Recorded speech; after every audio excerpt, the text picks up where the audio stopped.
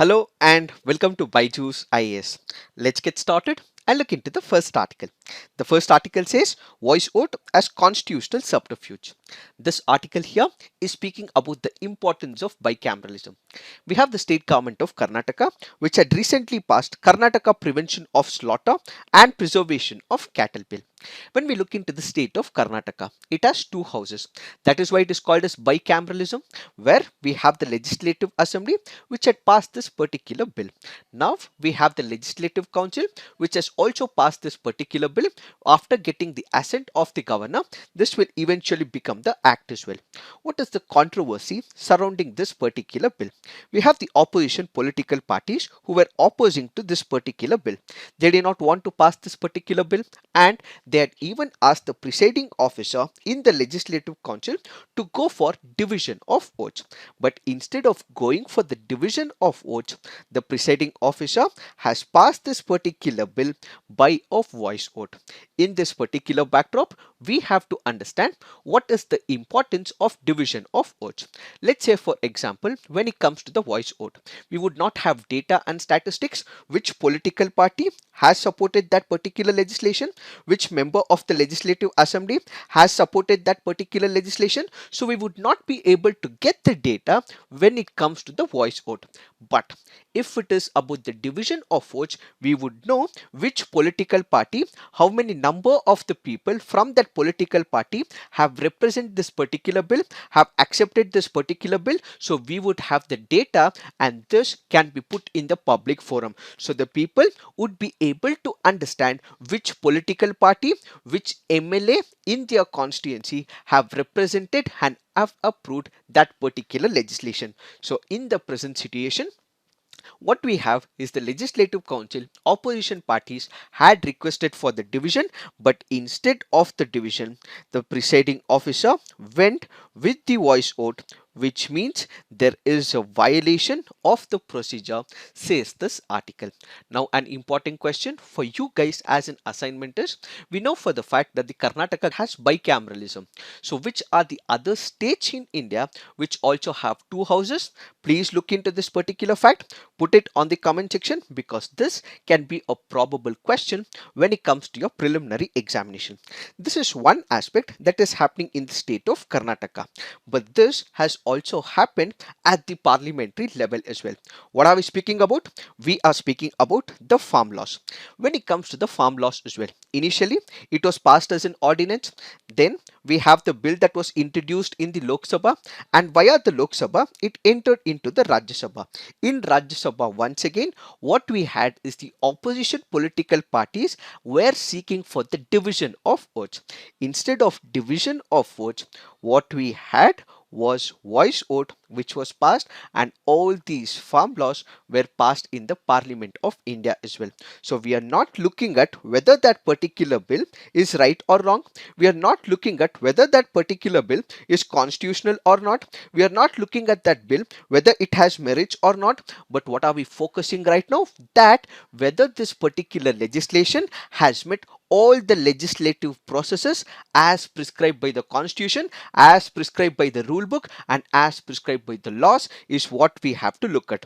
When it comes to the state of Karnataka, the author in this particular case, that because they did not meet and comply by the division of votes, instead went by the voice vote, it means there is a violation of a legislative process. Even in the parliament as well, because they did not look at the request of the opposition party, did not go by the division of votes, instead accepted what is called as the voice vote, it meant that there is a grave violation of the legislative process. Apart from this, whenever a particular bill is passed, this particular bill will have to be referred to the legislative committee, and when it comes to the parliament, we may have to refer to the committees like the select committee or the joint parliamentary committee as well. What will they do? They will try to understand. There will be different political parties, they will deliberate, they'll discuss, and they will find out whether this particular bill is to be introduced or not. But what has the government done? The government in the present situation and in the past as well has not referred the bill to the legislative committees place, which means the higher level of consultation, consensus building as part of the legislative making is missing, says the author. So what is the major problem here? That the process that were supposed to be followed, the process that were supposed to be implemented, the rules that were supposed to be executed is being violated, says this article. Apart from this, let's say for example, when it comes to the money bill, who has the advantage? It is the Lok Sabha. And when it comes to passing of this particular money bill, it is the speaker whose call is final. What is the central government doing when it comes to this particular issue? Whenever there is a conflict, whenever they feel that the Lok Sabha can be passed because they have the majority and brute force when it comes to Lok Sabha, but when you consider the Rajya Sabha, because they do not have the majority, it is being said that they are bypassing when it comes to the Rajya Sabha. Why? Ideally, a particular bill should not have been called a money bill, but if it is called a money bill, the consent of the Rajya Sabha may not be important. As a result, they are bypassing the whole constitutional structure by calling those bills which are not actually money bills, but instead they are passing it as money bills, which means again there is a violation of the constitutional principles. One such example is with respect to the Aadhaar bill.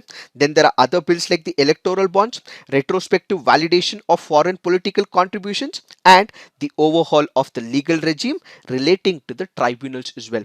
In all these cases, these were the bills that were not supposed to be categorized, that were not supposed to be named as the money bills, but instead they have named this as money bills, which means that Rajya Sabha will not have the power to introspect into this particular legislation, and as a result, what are we looking at? We are looking at violation of the constitutional principles, constitutional values, constitutional ethos, and ultimately the entire procedure of the constitution for legislative making, law making is violated, says the author. In this particular backdrop, we have to understand that this whole process means that there are certain concerns with respect to this issue. What are those concerns? When you look into why these particular legislations were passed as the money bill, the government went on to say that it is the majority of the Lok Sabha, it is the will of the people that has to be considered. In all these cases, the government came up with a stand that Rajya Sabha is acting as a major impediment, it is acting as an obstruction point, it is not allowing us to work efficiently, which is why we had to take the call of the money bill, says the government, when it comes to Aadhaar bill as well. So the Lok Sabha is seen directly representing the will of the people, but it is the Rajya Sabha which is acting as an impediment, standing in its ways to legislate or come up with the law. As a result, they say they had to take the route of this particular process of naming it as money bill, says the author. As a result, the constitutional principle is violated. In fact, when we go back to the history as well, we have what is called as the 42nd Constitutional Amendment Act. In this 42nd Constitutional Amendment Act, which is also called as the mini constitution in itself, it was the regime of the Janta government which also wanted to change this entirely as well. But they were not able to do so. That is because the Congress had brute force and numbers when it comes to Rajya Sabha. So during that particular period, they did not bypass the Rajya Sabha, but they respected the Rajya Sabha. And at the same time, we have one of the other amendments called as the 64th Constitutional Amendment Act. The Rajiv Gandhi government had huge numbers when it comes to the Lok Sabha. Once again, they wanted to introduce one of the bills in reference to the Panchayati Raj system, but they failed to implement it because this particular legislation was narrowly defeated in the Rajya Sabha. In all these cases, this bypassing had not taken place, but in the present scenario, the bypassing has taken place, says the author. So, what is the importance of bicameralism? Why do we need bicameralism? Is what is the whole focus of this article. When we speak into two different houses, one is the Lok Sabha, the other is the Rajya Sabha, or let's say for example, when you consider the states, you have the Legislative Assembly and we also have the Legislative Council. What exactly happens? Because it is the Lok Sabha which represents the will of the people, because it is the Lok Sabha which is won by a majority margin, what might happen is that they might introduce a bill, they might introduce a legislation just because they had to appease a certain section of the people. Whether this particular bill is right or wrong, whether this particular bill has a merit or wrong, might not be taken into picture by the Lok Sabha.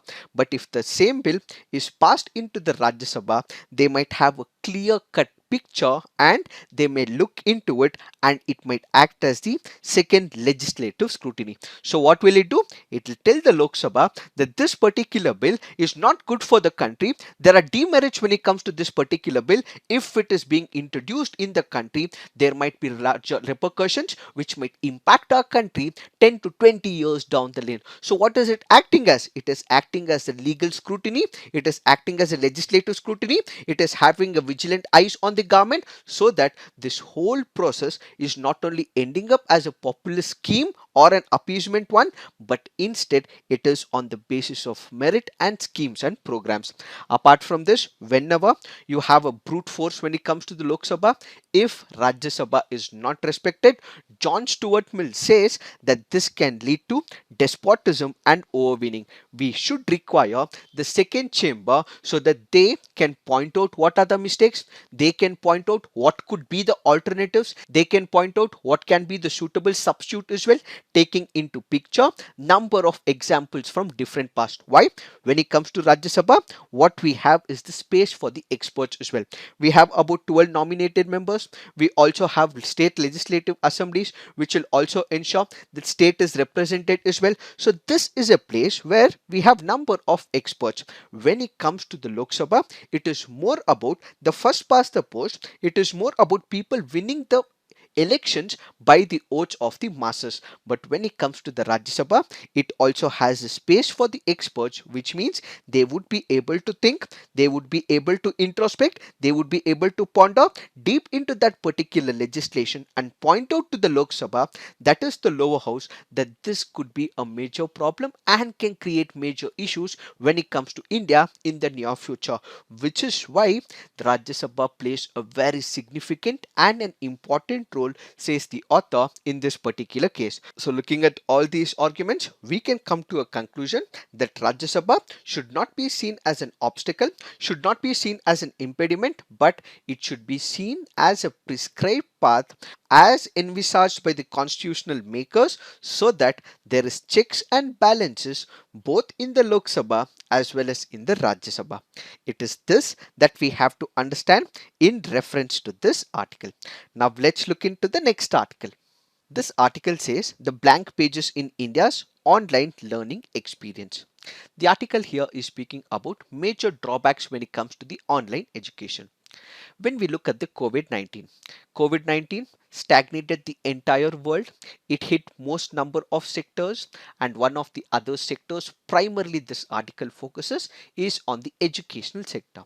Yes, it has caused harm on the economic front, it has caused harm on the political front and on the social front as well. But we have to focus on the educational sector, says this article. What is this article trying to speak about? It says that we have to have a clear cut realistic assessment as to how, whether the online education has made impact to the students or not. Why? Because most of the students are heading to the schools right now. Most of the students will be attending the schools in the next 1 or 2 months. So whether the past 1 year from March 2020 up until March 2021, has it made any significant positive impact via the digital mode of education, is what this article trying to look at. When you analyze the online education, that which we have witnessed in the past 1 year, the article tries to say that there have been students who have been continuously engaging in the household work as well as the farm work. Why? Because they do not have the classes. Instead, they have what is called as the online education, which meant that most of the students were engaging in the household work, household chore, cooking and also supporting the family work when it comes to the farming, which meant the real intent of education, the real manifestation of education, the metamorphosis that has to take place was not met, says the article. The author further goes on to say there was a lot of fear and apprehension when it comes to the girl students. Why? Because they were not going to the government schools, because their education was not being funded, because the nutritional schemes and programs were not being implemented, and there were no scholarships that were provided during this particular period. Parents were also looking at getting their girl students married, says this article. Apart from this, what we required is the technology. What we required is the internet. What we required is the mobile phones or the laptops to advance or use this education module. But unfortunately, when we consider the remote sectors, unfortunately, when we look at the rural areas where we do not have the internet penetration, where we do not have the infrastructure, where students did not have the mobile phones or the laptops to access this education, it meant that there is uneven distribution of technology, again harming the students. And as a result, what we actually witness is the outcome of the whole education in the past 1 year has depreciated, says the author. Apart from this, whenever we look at schools, apart from the education that it provides, it also makes sure that there are social economic objectives of the government, the welfare schemes of the government that are also met as well.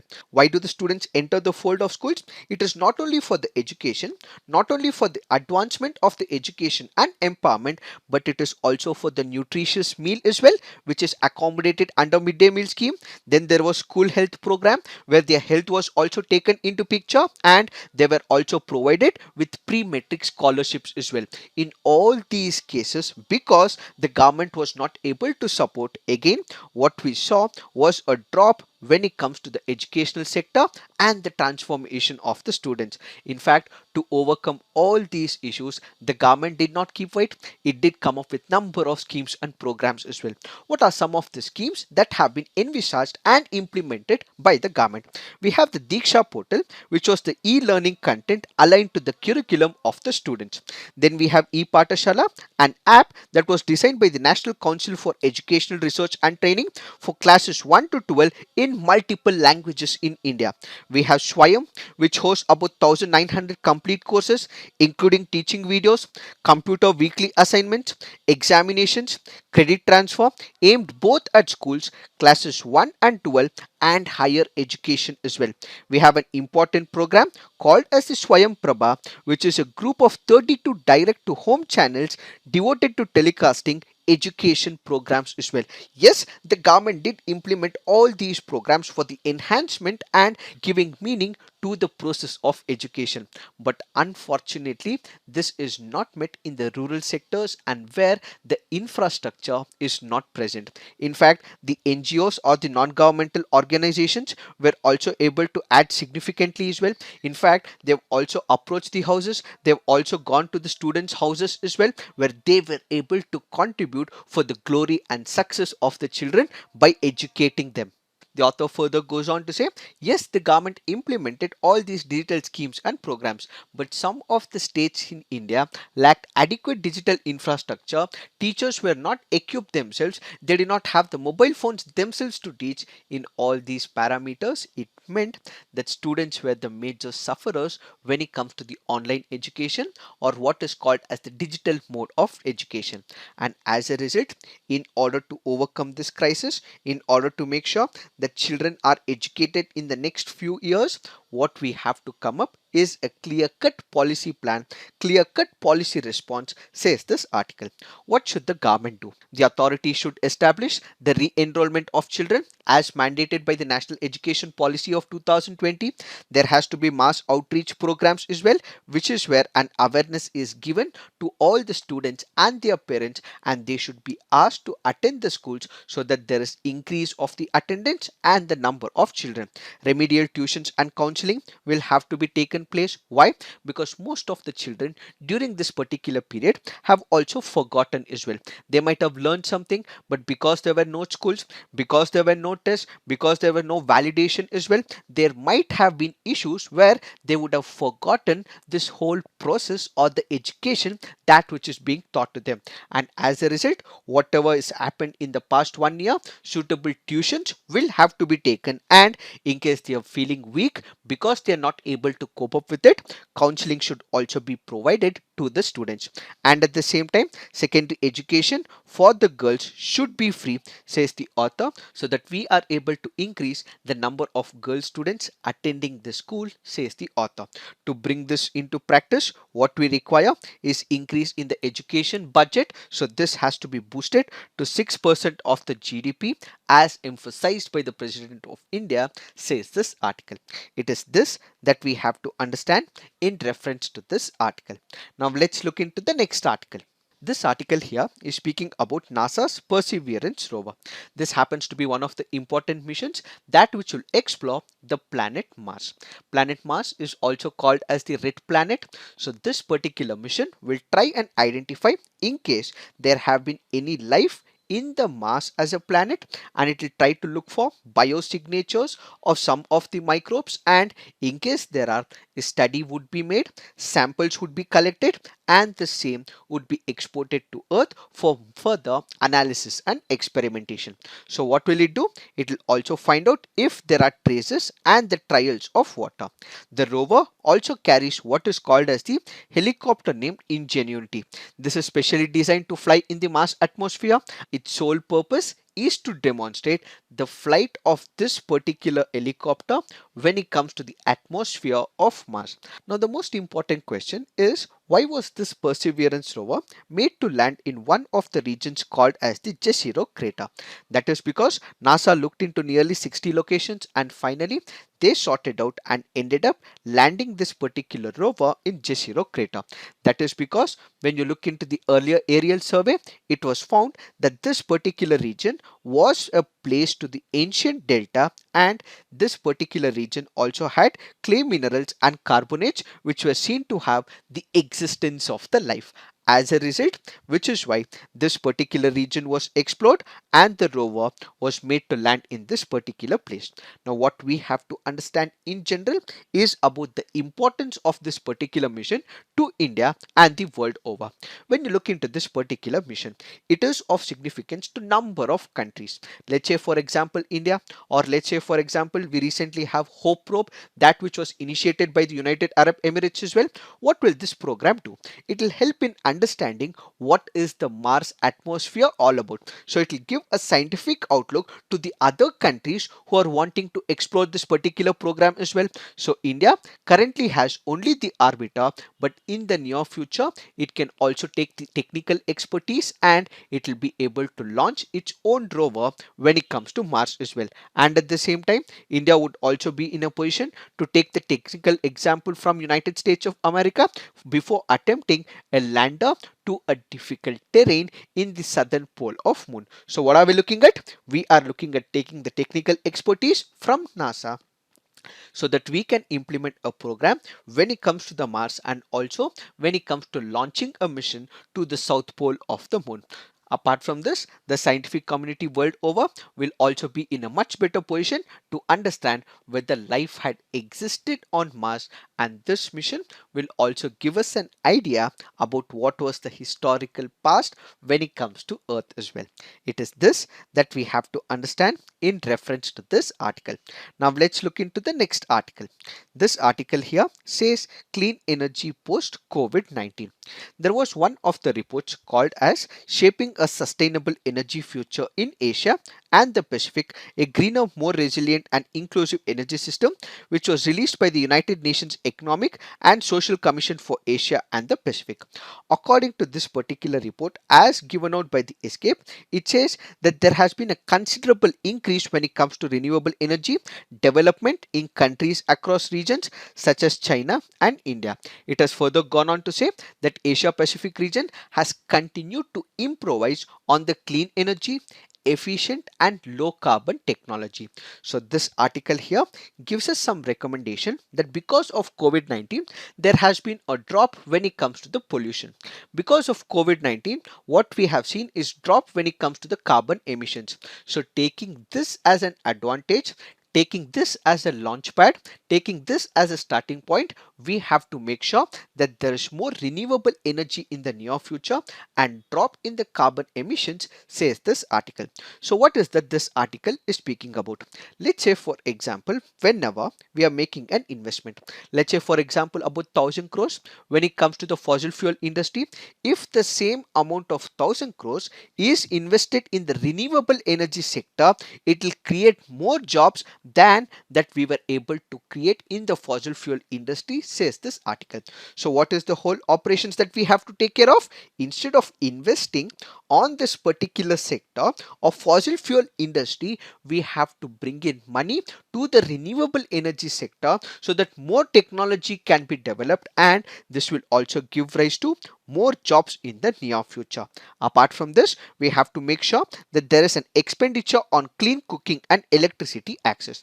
As of now, when you consider the remote corners or the rural areas, there are women who are still using the wood for burning and for cooking as well. In case we are able to provide clean cooking and electricity access to them, we are making them part of the inclusive developmental model, and as a result, what we will have is more number of women who will be part of the empowerment schemes and programs, and at the same time what we will have is that we take care of the women and children in the rural areas. So the importance is that we provide the clean cooking and electricity access. Finally, we have to invest in low carbon infrastructure and technologies as well. Why?